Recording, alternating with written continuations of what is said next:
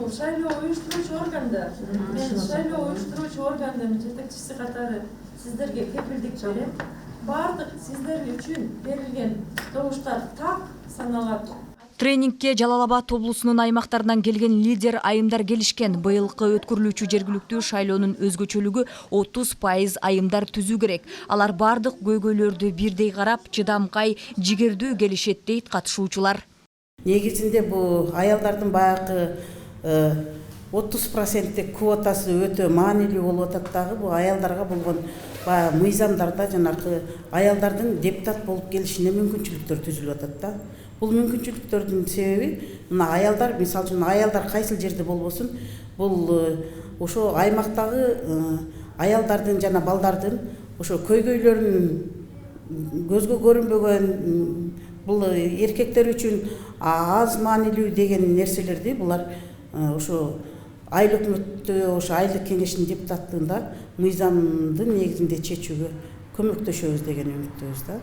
Айымдарды колдогон мыйзам 2019 жылы кабыл алынган. Аталган жылга чейин айымдардын жергиликтүү шайлоодо 10% гана айымдар шайланып келген. Жалал Абад облусунда 448 шайлоо тилкеси бар. Кыргызстанда 8336 депутатка орун берилген болсо, анын ичинен 2858 аялдар болуусу керек. Бул норма өлкөнүн саясий жетекчилиги тарабынан да активдүү колдонулуп атат деп айтсак болот. Жакында республикалык штабтагы өттү. Ал жерде премьер-министр дагы өзүнүн позициясын айтып, ушул маселеге көңүл буруш керекпиз. Биздин аялдардын өз анча башкаруу органдарга активдүү катышууга көмөк колдоо көрсөтүш керекпиз деп ушундай позициясын билдирди. 2 күнгө созулган семинардын негизинде аялдардын укуктары, мыйзамдары жакындан түшүндүрүлүп, айымдарды колдоого багыт алган.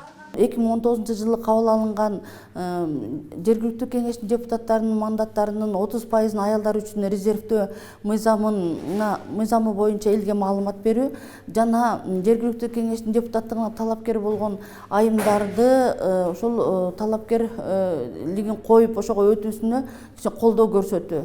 Бул иш-чарабыз болсо Борбордук шайлоо комиссиясы менен Прогондун ошол Кыргызстандагы шайлоолорду колдоо программасы менен биргеликте иш жүргүзүп атабыз. Жергиликтүү кеңештин депутаттыгына катышкан айымдарга каршы чыккан мырзалар да бар экендиги айтылды.